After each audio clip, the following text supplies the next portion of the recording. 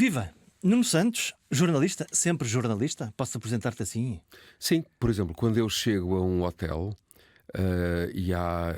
Hoje menos, não é? Mas me entregam aquele tipo de papel para preencher uns quantos dados. Acho que a polícia quer isso. Passaporte ou cartão de cidadão, data de nascimento e tal. Profissão: jornalista. É isso.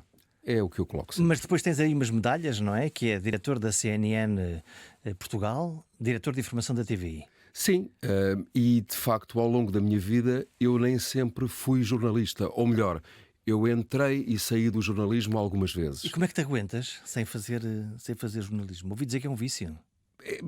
É um vício no sentido que eu gosto, mas nas épocas da minha vida em que eu estive a fazer outras coisas, designadamente em que eu estive do lado na rádio diz-se do lado da música, na televisão diz-se do lado do entretenimento ou da ficção ou da programação, eu também gostei dessas fases da minha vida, porque isso significa lidar com outros géneros, outros fragmentos, outros momentos da indústria que são igualmente muito estimulantes.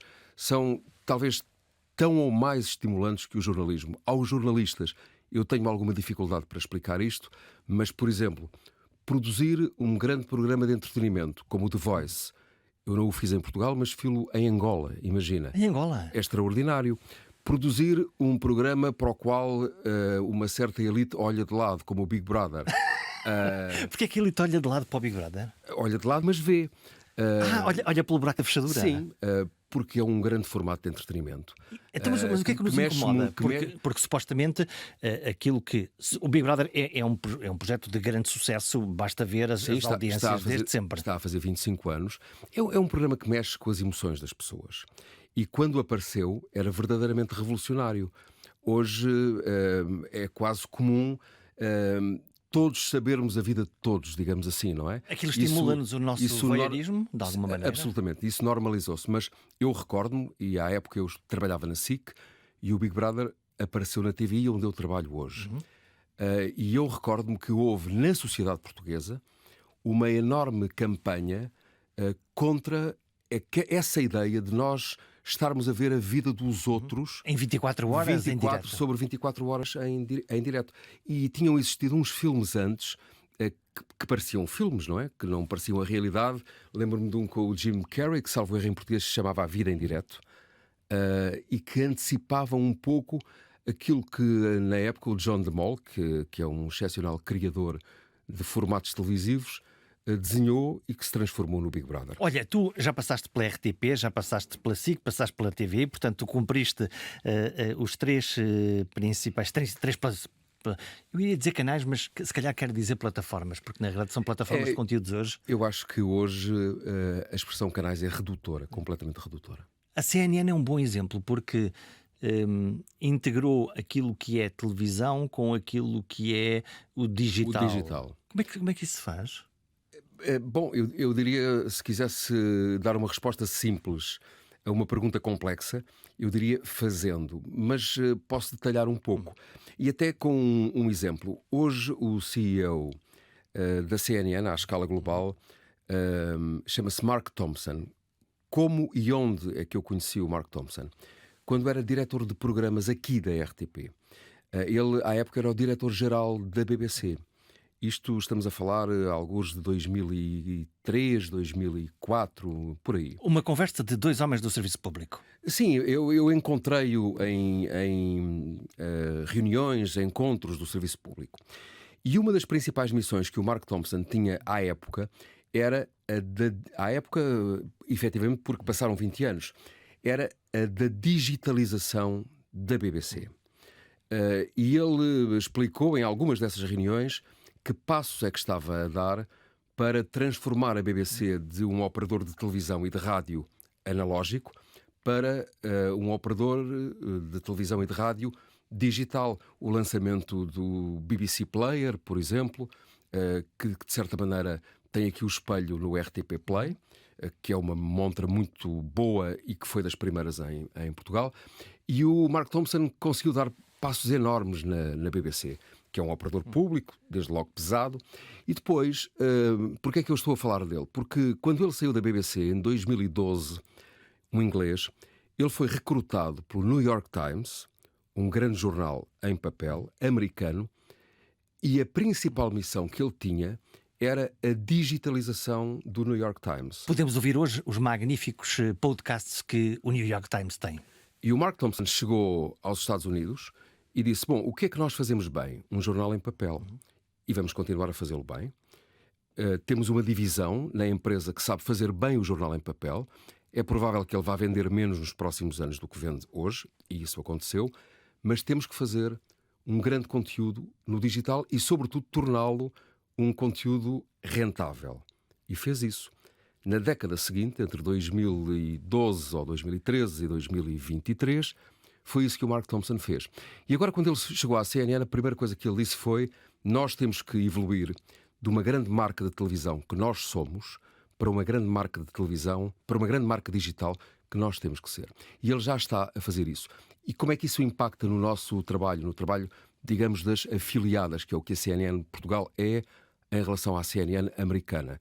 É que nós temos que pensar a produção de conteúdos, de facto, de uma, passe o termo que não é muito feliz, mas de uma forma multiplataforma. E produzes primeiro para onde? Quando tu tens uma notícia, ficas com ela no congelador à espera do Jornal da Noite, colocas na CNN às 5 da tarde, colocas no site primeiro, porque depois há essa gestão editorial que é preciso ser feito. É uma gestão editorial. Isto é, se eu tenho uma caixa que andei a trabalhar durante uns dias e que eu acho que a consigo aguentar, que é uma caixa, efetivamente. Fica-se à espera. Eu guardo-a para o jornal principal da TVI às 8 da noite. E depois disparo-a quase em simultâneo no digital e na CNN em televisão. Isso tem a ver mais com... porque lá está a audiência principal, tem lá mais a ver com a ideia de que aquele é o produto principal do canal? Tem a ver também com essas duas circunstâncias. É um aspecto simbólico ou um aspecto real? É um aspecto real, mas carrega uma carga de simbolismo. Isto é ainda muito forte hoje, mas talvez fosse mais forte há 5 anos, garantidamente, ou há 10 anos. Mas, para a maior parte do conteúdo informativo, nós colocamos-lo hoje primeiro no digital, quase ao mesmo tempo em televisão, ou às vezes ao contrário, e depois ele evolui no sentido que é trabalhado de uma forma mais quase como se fosse um trabalho de ourives, não é? Mais elaborada para o jornal do canal generalista.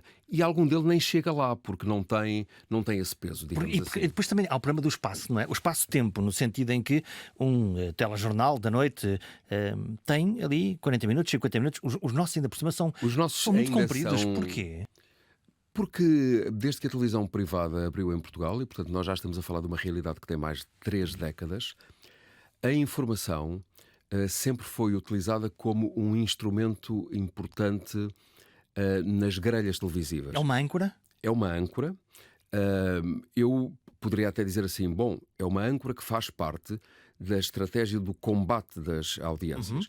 Mas se quiser ser mais benigno na análise, posso dizer assim, porque também corresponde à verdade. A informação é um género muito procurado pelos portugueses. Na Europa do Sul, em geral, ainda há um certo ritual do telejornal. Isto é, em países como Portugal, como Espanha, como Itália, muitos dos cidadãos, às 8 da noite ou às 9 da noite, no caso espanhol, ligam a TV para ver as notícias. Mesmo que as pessoas vão sabendo das coisas ao longo do dia, mas gostam desse contacto com as notícias à hora do jantar. Mas olha, digamos assim. Mas muitas pessoas, já nem sequer estou a falar das gerações mais novas e já lá vou, quando nos apetece ver notícias, e Portugal é um país farto de canais de notícias, farto no sentido de muita fartura, ligamos a qualquer hora, se eu quiser às 3, às 4, e vou sendo informado, e raras vezes, exceto nessas tais caixas, nas caixas, nessas coisas extraordinárias em que eu sou surpreendido, diria que 80% do conteúdo eu já o conheço genericamente. Sim, mas isso não inibe que haja um número ainda muito, muito significativo de pessoas que não viram. Não te consigo dizer se não viram, mas mesmo que tenham visto, querem às 8 da noite ter o contacto com a informação, se quiser, sistematizada, hoje em dia mais trabalhada, explicada. Por exemplo, um dos factos relevantes dos últimos anos é que os telejornais, o da RTP talvez menos, mas os da SIC e da TVI um pouco mais, passaram, os telejornais das 8, portanto os jornais das 8, passaram a ser também espaços de talk TV, isto é, onde comentadores do perfil do Nuno Rogério, ou do Marcos Mendes, que saiu há pouco, ou do Miguel Sousa Tavares, que já tinha tido essa experiência no passado, ou do Paulo Portas, nos nossos casos, não é? Estes últimos dois, têm espaços de análise que duram bastante tempo e as pessoas não desligam, antes pelo contrário, são dos momentos do jornal mais procurados. Portanto, é uma forma de atrair as pessoas e de ficar lá, dando-lhes não só notícias puras e duras, como aquelas histórias que nós vemos, as histórias da vida real, mas depois também essa interpretação do mundo. Sim, uma certa descodificação da informação ou a interpretação do mundo, para utilizar o teu termo. Explica lá o que é que está a acontecer. Olha, a relação com os pivôs, porque nós quando vemos um serviço de notícias e a cadeia é muito complexa até chegar ao momento em que algo é transmitido, desde a direção, desde o editor até o próprio repórter, mas há aquela relação que nós temos com o pivô ou a pivô, que estamos a olhar. Ainda conta para ti esse fator, ou o pivô devia ser transparente e não existir? Estou a perguntar-te isto porque há momentos em que nós vemos que o pivô fez as perguntas certas e que nos sentimos representados, e há momentos em que temos aquela sensação de que se calhar ocupou demasiada antena, ocupou demasiado espaço na Câmara. Não, eu acho que quando estamos a falar sobretudo das televisões generalistas, a figura do pivô, mesmo que isso esteja apenas no subconsciente do espectador, conta. É credibilidade? É a credibilidade, é o hábito e é a confiança. Se nós pensarmos nos 3 canais, qualquer deles tem no ar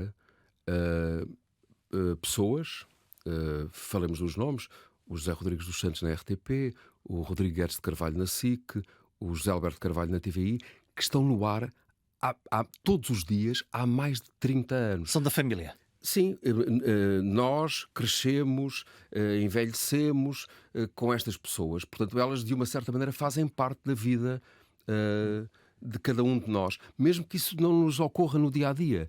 E quando elas não estão lá, e às vezes não estão, ou porque estão de férias, ou porque, nos casos, foram enviados a um sítio qualquer, eu acho que os espectadores sentem a falta, não deixam de ver o noticiário, e claro que ao longo dos anos foram entrando pessoas e portanto houve um rolemã também, é inevitável.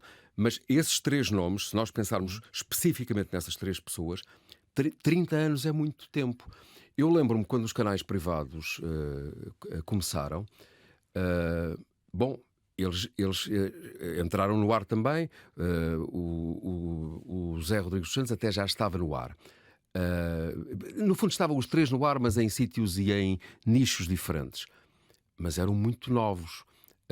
E portanto foram fazendo esse... E ganharam uma gravitas, ganharam, sim, claro que sim. Olha, estamos num momento muito particular que imagino que seja muito interessante para os mídias no geral e para as televisões em particular, que é, estamos num momento pré-eleitoral.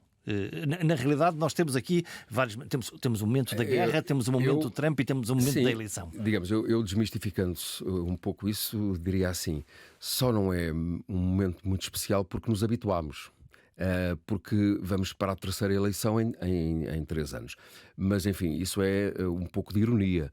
Na verdade, um momento eleitoral é sempre, para os mídia, como para os atores políticos e, digamos, para o país, para os cidadãos, um momento diferente. Nota-se nas audiências a maior procura de informação, nesta altura, ou ainda não? Neste exato momento em que estamos a conversar, ainda não, mas nas próximas semanas vai notar-se. Olha, qual é a estratégia? O que é que se faz numa campanha? Como é que se planeia uma campanha? Porque estamos a falar de uma operação que as pessoas provavelmente não têm ideia da complexidade que é andar a palmilhar o país atrás de, pelo menos, imagino, 10 candidatos, no mínimo, com especial ênfase normalmente naqueles que nós vemos como potenciais primeiros-ministros.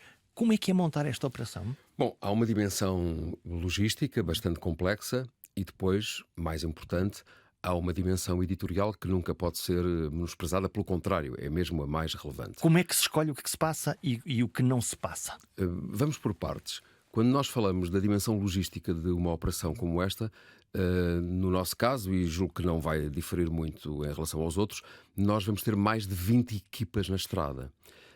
Isso significa um enorme esforço financeiro, mas isso é o que é, mas também uma reorganização da redação durante esse período, que são mais de 2 semanas, toda a campanha eleitoral e ainda uma fase da pré-campanha, digamos assim. Nós já estamos em campanha, certo? Sim, nós já estamos em campanha, mas neste momento essa operação com essa envergadura ainda não está no terreno, vai estar a partir de um certo momento.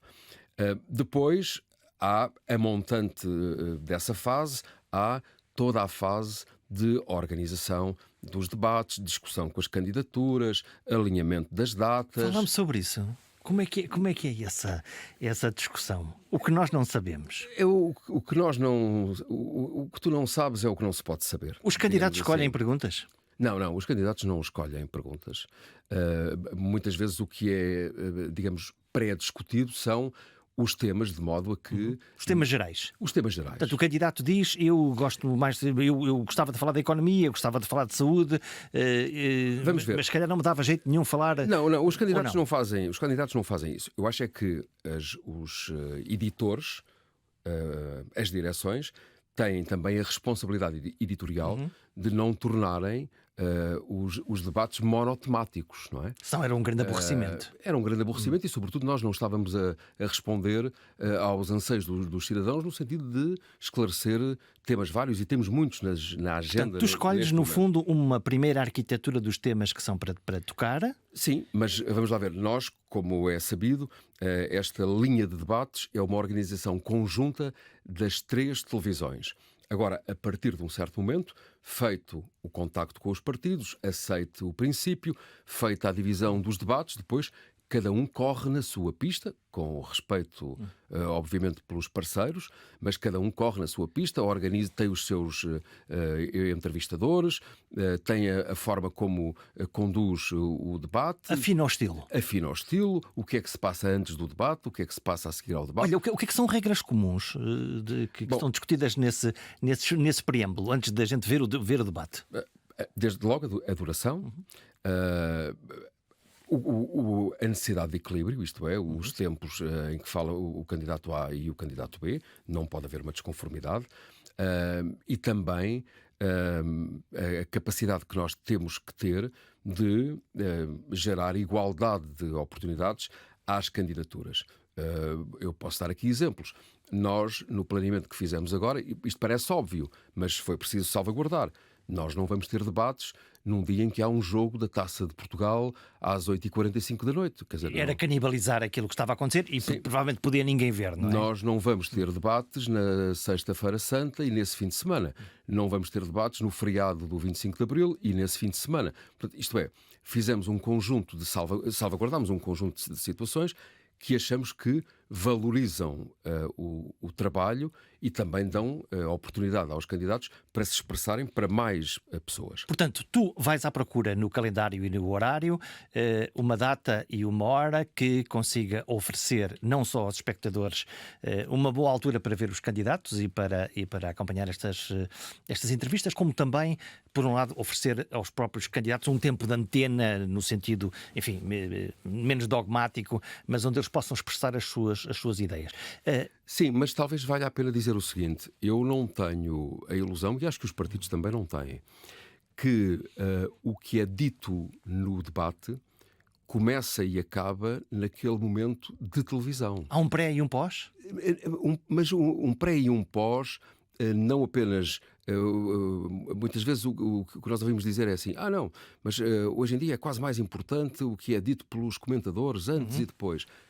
Também podemos discutir isso se tu quiseres, mas o meu ponto não é esse. O meu ponto é o seguinte: é que quando eu digo que não se esgota, é que o que se passa naqueles 30 minutos de televisão é depois potenciado nas redes dos próprios partidos e coligações, mas também dos cidadãos em geral. Isto é, o que é dito, favorável ou desfavorável, a favor do candidato, um lapso que é cometido, um erro que é apontado. Isto é, aquilo vive durante muito mais horas e, em alguns casos, dias. Há um efeito multiplicador? Claro, e isso é que é a diferença. Vamos ver, nós quando falamos de debates televisivos, talvez a primeira coisa que nos venha à memória... Olhe que não. Olhe que não. Do Álvaro Cunhal com Mário Soares. Mas o que é facto é que nesses debates dos idos de 70 não havia internet nem redes sociais. Portanto, aquilo esgotava-se naquele momento. Certo. Acontecia, nós víamos, acabou, discutíamos no café eventualmente e o assunto morria. Nem mais. Em termos de comunicação pública, no fundo. Ora, a comunicação política hoje é radicalmente diferente do que era nesses tempos. Mas nós podemos andar mais para a frente. Podemos andar para o tempo em que nós começámos na profissão. Isto é, nos anos 90 do século passado, ou mesmo no início deste século, a relação dos candidatos com os eleitores era muito diferente. Mais distante? Por um lado, mais próxima no terreno. Eles tinham que estar mais próximos do terreno. As famosas arruadas, o circuito aquele jargão. O circuito da carne assada. O circuito da carne assada e tal. Os partidos continuam a fazer essas ações de terreno. Precisam delas, porque elas depois também têm espelho nos mídia. Para estar com os eleitores ou para mostrar às televisões? Um pouco das duas coisas, para sermos francos. Mas se elas não aparecerem na televisão, elas têm menos força. Mas os agentes políticos sabem que uma parte da sua relação com os eleitores e até, sobretudo, com os novos eleitores, e novos eleitores eu não estou a falar de pessoas de 18 anos ou 20 anos, porque quem está no Facebook estão pessoas de 60 anos. Captação dos indecisos. Por exemplo, faz-se através de um contacto que é digital, que não é direto no sentido de cara a cara, não é? Portanto, é feito através de meios digitais. E ainda por cima, lá está, para as pessoas que estão menos dentro destas coisas, é possível hoje nós pegarmos num clipe de som desses que pode ser uma declaração brilhante ou uma desgraça absoluta em termos de declaração e poder fazer aquele clipe num Facebook desta vida, num Instagram desta vida, para aquele tipo de público-alvo, com esta idade e com estas características. Isso ainda é outro aspecto e cada vez mais trabalhado e cada vez mais aperfeiçoado. E ainda há outra realidade, que é, e essa sim é preocupante para todos, que é a truncagem das mensagens. A manipulação. A manipulação. E isso é algo que nos deve preocupar, porque, para sermos absolutamente francos, há momentos que nós, ou há situações que nós conseguimos descortinar e eliminar. E outras vezes não. E outras vezes não. E outras vezes nós não temos sequer...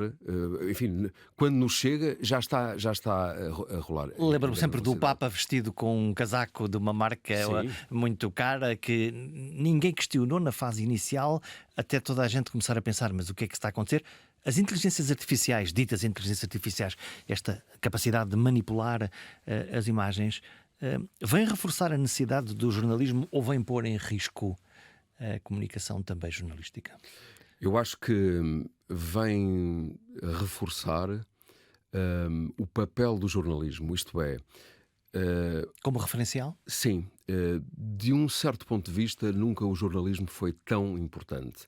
Nunca o jornalismo terá sido tão relevante. Agora, não nos iludamos. O acesso dos cidadãos a um manancial de informação e a incapacidade, em muitas ocasiões, para separar o trigo do joio é hoje um problema sério. Portanto, podemos estar todos a comer gato por lebre. Estou a pensar numa coisa que é... Há bocadinho estávamos a falar nos pivôs, que é... num tempo em que há quase uma contestação a todas as instituições, o jornalismo foi estando um bocadinho à margem disto e hoje o jornalismo é um alvo tão direto e tão sistemático, se calhar por razões até deliberadas, para desqualificar como um político, como o Estado ou como outra coisa qualquer. O jornalismo vamos olhar para um caso concreto e não é novo esse caso. Ganhou mais expressão pela forma absolutamente aberta como essa campanha foi feita desta vez. De que é que eu estou a falar? Na eleição de 2020, o Donald Trump esteve abertamente contra os mídias tradicionais. Eu acompanhei essa eleição nos Estados Unidos e eu cheguei em outubro a Washington, e tudo o que eu já tinha lido e tudo o que eu já tinha discutido com várias pessoas que eu conheço na América, eu talvez fosse dos poucos portugueses que achava que o Trump ia ganhar. E o Trump ganhou. Tinhas essa sensação? Tinha essa percepção. Mas e porquê? Porque embora o Trump seja, e já vou ao ponto onde queria chegar, embora o Trump sempre tenha pertencido a uma certa elite, na verdade ele representa também o homem médio americano, não é? E o homem médio americano revê-se naquele lado, por um lado contestatário, por outro lado assertivo, afirmativo e nacionalista.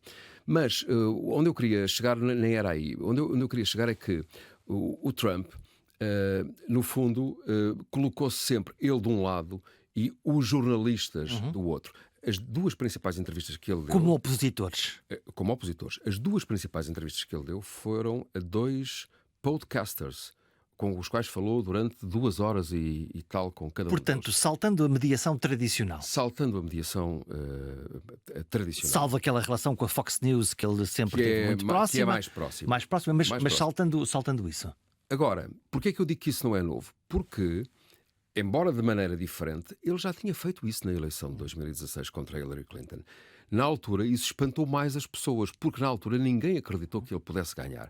Agora, em 2020, a percepção era, bom, a eleição está muito próxima, ele pode ganhar, mas também pode não ganhar. E em 2016, o que se dizia era, bom, não vai acontecer. Isto não vai acontecer. Sim, e aconteceu. E tu estavas a dizer que isso, o atacar os mídias... Desculpa, eu baralhei aqui as datas, não é 2020, é 2024. Agora sim. Sim. Porque em 2020 ele perdeu. Olha, há muita diferença entre... Tu acompanhaste essa campanha do Trump. Há muita diferença entre uma campanha norte-americana e uma campanha europeia, portuguesa? Há uma enorme diferença. Bom, desde logo, num país da dimensão dos Estados Unidos, os 2 candidatos...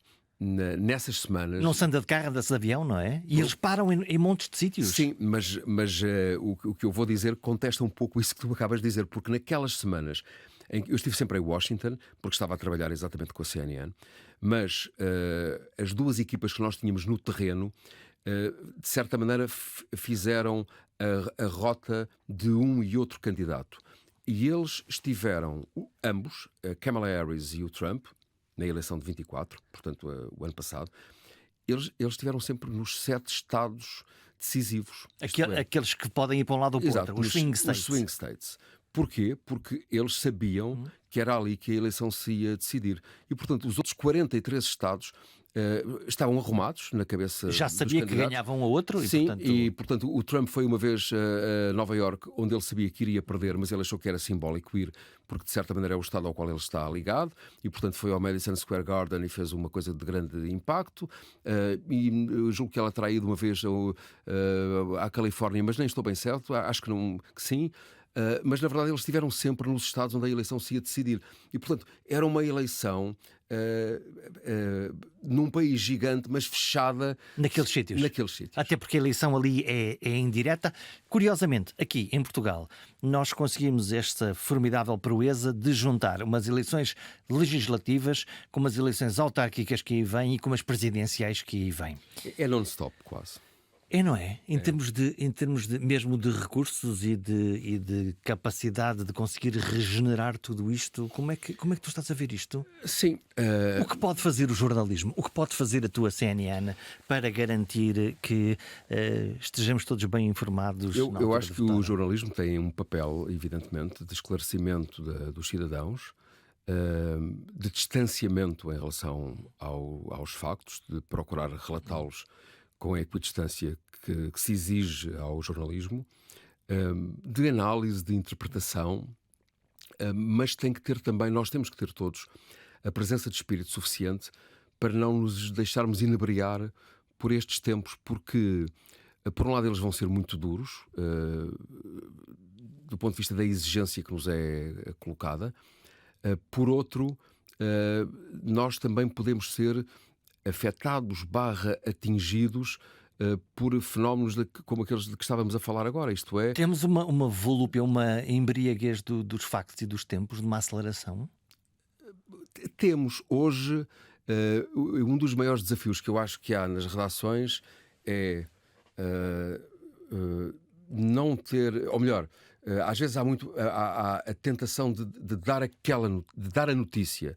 E eu costumo dizer, eu prefiro às vezes não ser o primeiro a dar a notícia, mas ter a certeza que nós temos mesmo a notícia correta, com os factos todos, e que não estamos a ser os primeiros só porque sim. E como é que isso se faz num mundo tão fragmentário e tão acelerado, onde a concorrência ali ao lado já vai pôr isso no rodapé? É um trabalho permanente, é um non-stop. Pois há um job. frenesim, não é? Quer dizer, então agora vamos lá. Então porque é que eles deram aquilo primeiro e nós demos antes? Às vezes até recontar a mesma história para irmos Sim, à procura.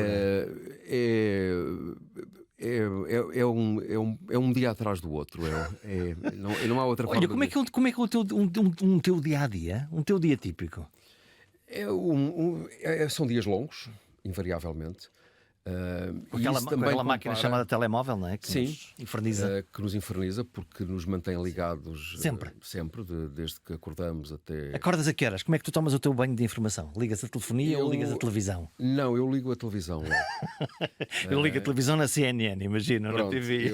eu ligo a televisão e divido-me durante aquele momento em que me arranjo, não é? Em que faço a barba, em que tomo banho, por aí fora, entre a CNN e a TV, e posso picar os outros. Mas Para ver o que é que elas já estão a fazer? Sim. Vais às redes sociais? Vais aos Twitters desta vida? Vais não, aos Facebooks? Ou... de manhã não. E tenho questões pessoais para tratar, tenho os meus filhos para levar à escola, também tenho uma vida, não é? Há coisas para fazer. Há coisas para fazer, felizmente, para lá de. Mas normalmente falo logo pela manhã, falo com os editores, procuro, pergunto se há coisas que estão a andar, se não estão, desfaço alguma dúvida que haja. Depois os meus dias invariavelmente são muito. És um chefe difícil. É perguntar a eles, acho que não, Isso é uma mas, pergunta. mas acho que não. Tento não ser. Quantos dias de neuro é que tu tens num mês? Há muito poucos. Muito poucos. Muito poucos. É o calo que já ajuda. Acho que sim. E sobretudo porque eu acho que não adianta. Quando há um acontecimento mau, é virar a página e seguir em frente. Aprender e andar para a frente. Sim. Memória de peixe, no Sim, fundo. Sim. É virar a página e seguir em frente. Procurar aprender com o erro que possa ter sido cometido. E na atividade que nós temos, um erro, sobretudo se é sério, fica gravado e pode ser uma mancha, não é? Agora, nós temos que aprender com isso, mas virar a página e seguir em frente. Olha, o teu telefone toca muitas vezes com pessoas importantes a resmungar. Aquela notícia, não gosto nada daquilo, vocês não viram bem a coisa. Às vezes que tem que tocar, eu não me queixo disso. Fazes de amortecedor. Acho que faz parte da natureza das funções, não é? E também faço a minha parte do trabalho. E também não tenho problemas em dar razão às pessoas se eu acho que elas têm razão. E, sobretudo, não tenho problemas em que me liguem nem em atender o telefone. Porque isso é importante. Olha, falamos dos comentadores. Pode ser a minha impressão, mas grande parte dos canais de notícias do Cabo estão pejadas de comentadores. Isso é uma estratégia? É porque é mesmo necessário termos tantos comentadores na televisão? A CNN contribuiu bastante. Por isso é que eu te estou a perguntar, porque houve um alargamento... Com inteira franqueza. Quer do naipe, quer da qualidade. Porque depois há coisas boas que também estão a acontecer, que é... Já não são só os mesmos, já aparecem novos comentadores e comentadoras que são interessantes e que dão perspectivas diferentes. Eu acho que nós contribuímos bastante para isso. Trouxemos um conjunto de pessoas novas para o espaço público, umas vindas da academia, outras vindas de outros mídia que não a televisão. A pandemia e a guerra provavelmente ajudaram? Trouxeram outros prismas? Foram dois eventos que digamos, abriram outros espaços de debate e de reflexão. E o mundo transformou-se imenso nestes. A CNN vai a caminho do 4º ano em Portugal, e nestes 4 anos o mundo mudou, está a mudar de uma forma vertiginosa. Quer dizer, nós todos os dias somos surpreendidos por alguma informação que mexe bastante nas nossas vidas. O que é que lhes pedes aos comentadores? Que tenham capacidade analítica, que nos ajudem a descodificar a informação, que tenham opinião, com certeza, mas que, sobretudo, ajudem a enquadrar aquilo que se está a passar no mundo. Porque o risco que, por vezes, nós corremos, quando há um número muito significativo de vozes na antena... Ruído. Ruído e algum palpite que não pode ser confundido com análise. Olha, posso olhar para 2 tipos de comentadores, que são exatamente esses comentadores analistas que me ajudam a perceber o que é que está a acontecer, o que é isto das taxas, o que é que se está a passar na guerra, e os outros que são uns comentadores que têm uma camisola vestida, no fundo, que são da partido A, B ou C. Sim. Depois alguns, mesmo esses que são muito interessantes e que fazem a interpretação da realidade política e têm essa capacidade, outros que são mais de combate político. Não é misturar as coisas. Vamos lá procurar responder com alguma objetividade. Eu acho que não. E porquê? Primeiro porque é claro para o espectador quem está de um lado e quem está do outro. Estes são os vermelhos, estes são os azuis, e é claro. Se quisermos pôr aí 2 equipas, ou uma barricada de um lado e uma barricada do outro, quem está de um lado e quem está do outro. E a televisão adora um belo choque de ideias. Depois, porque, por exemplo, no nosso caso, os comentadores que são oriundos de partidos ou espaços políticos mais à esquerda ou mais à direita, em muitos dos casos, e isso... em algumas circunstâncias isso foi intencional, noutras aconteceu, são daquele espaço político, mas não representam exatamente a sensibilidade que no momento presente comanda o partido. São livres pensadores. São livres pensadores. E eu acho que o mais importante é que as pessoas pensem pela sua cabeça, não é? Eu posso citar um caso que no momento em que estamos a conversar está na ordem do dia. Porque é que eu adoro ter o Sérgio Sousa Pinto comigo, que acabou de dizer, faz agora tempo que não quer ir nas listas do Partido Socialista. Porque tivesse ido ele nas listas do Partido Socialista ou não tivesse ido, como ele acabou por decidir não ir, o Sérgio é sempre um livre pensador. E, portanto, é um fora da caixa. Sim. E isso torna um boneco televisivo interessante. Isso torna uma personalidade interessante. E também uma personalidade televisiva interessante. E, de facto, ele, mesmo, julgo eu, para as pessoas que são do partido dele, elas nunca sabem exatamente o que é que ele pensa. E isso diverte. Quer dizer, isso a mim deixa-me até com orgulho dele estar connosco, porque qual é o valor mais importante para uma pessoa com o perfil do Sérgio Sousa Pinto? É a liberdade. É essa capacidade de debater. Olha, falamos de jornalismo, que é, estamos no tempo das inteligências artificiais, estamos no tempo dos algoritmos e estamos no tempo em que o jornalismo parece cada vez menos captar dinheiro para fazer aquilo que precisa de fazer. Parece um contrassenso, cada vez fazemos mais, cada vez o jornalismo é mais necessário e, todavia, cada vez a indústria dos mídia parece com mais dificuldades. Sim. Se a pergunta a seguir fosse se eu tenho alguma receita, a resposta seria não. Eu tenho a preocupação que as pessoas que estão na indústria e que têm responsabilidades têm, porque eu estou na zona da pirâmide onde sou mais atingido, não da mesma forma que quem está na base da pirâmide, bem entendido, mas onde a procura de soluções é permanente para contrariar o ar dos tempos. Efetivamente, nunca se produziu tanto, a demanda nunca foi tão grande, isto é, nunca se procurou tanto. A qualidade também? A qualidade também, isso é mais discutível, mas eu acho que não há um problema de qualidade. E isso é válido para o jornalismo, mas também é válido para o entretenimento, a dramaturgia, os documentários, isto é, para aquilo a que nós podemos chamar a indústria audiovisual. Não é? Esse chapéu grande que pode também incluir o jornalismo, embora o jornalismo seja uma disciplina um pouco distinta de tudo o resto. E todavia o financiamento fugiu todo para as redes sociais e plataformas. E para as plataformas e para as grandes empresas tecnológicas. Portanto, vai ser necessário, o meio comeu o conteúdo. E vai ser necessário encontrar. E aí eu não sou nada dado à intervenção do Estado, à intervenção política, digamos assim. E não sei se vamos a tempo, mas talvez seja o momento de facto, até no caso da Europa, isso pode ser feito, deve ser feito ao nível da Comissão Europeia, talvez seja o tempo de nós termos uma intervenção centralizada do poder político para mudar um pouco as regras do jogo.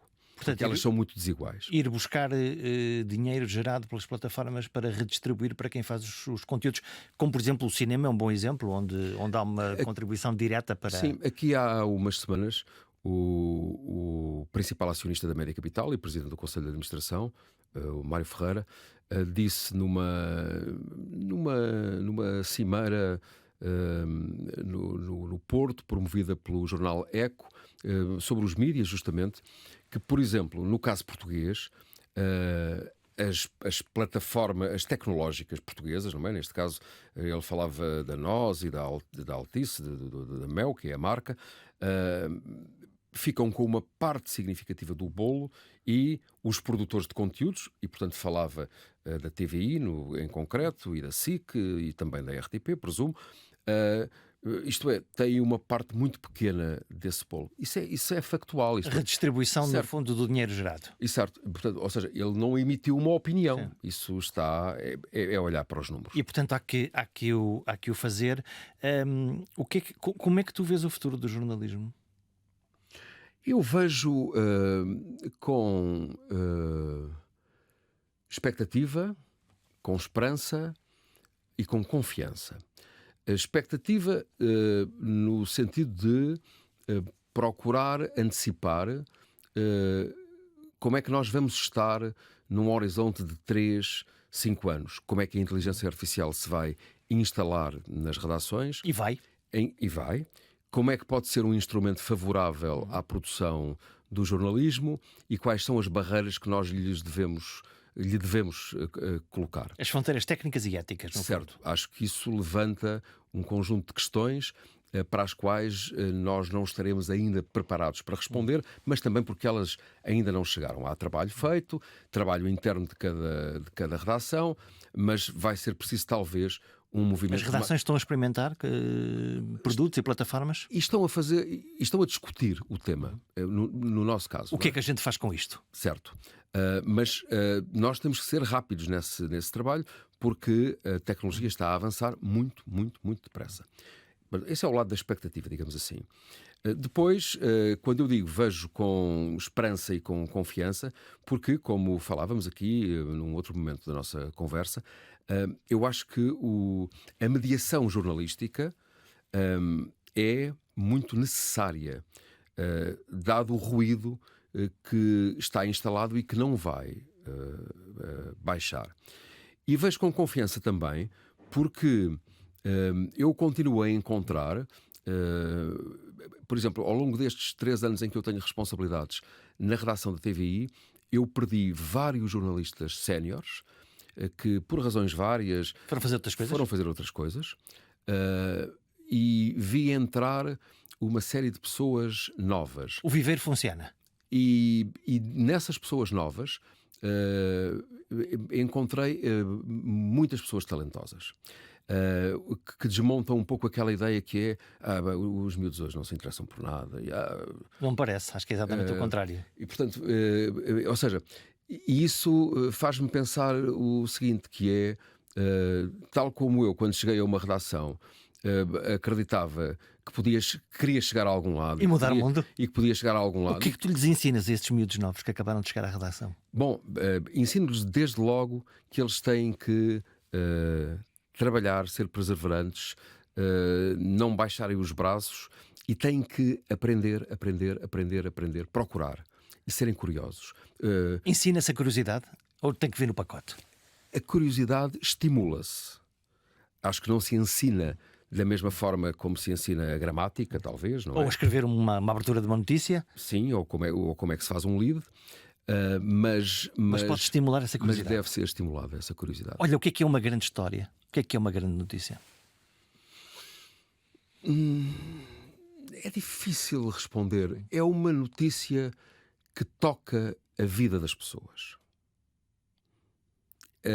As notícias mais relevantes são aquelas que tocam a vida das pessoas.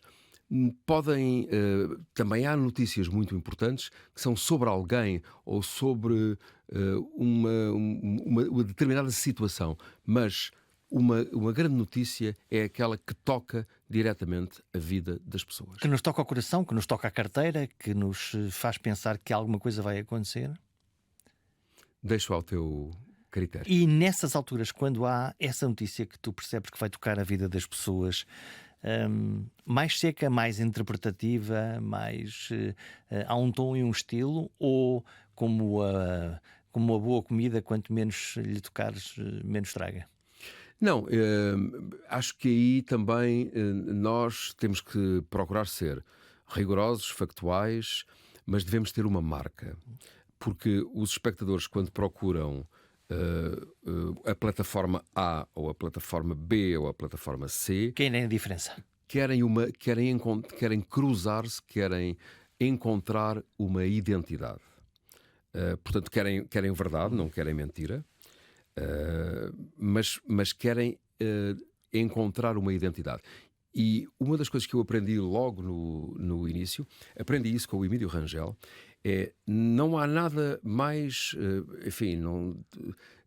uma das marcas mais importantes para um meio de comunicação social é ele ter uma identidade e saber para quem fala. O público-alvo, quem é que lá está? Certo. Não são todos, são alguns, é uma parte. Essa conversa nós tivemos-la a propósito da TSF, na época.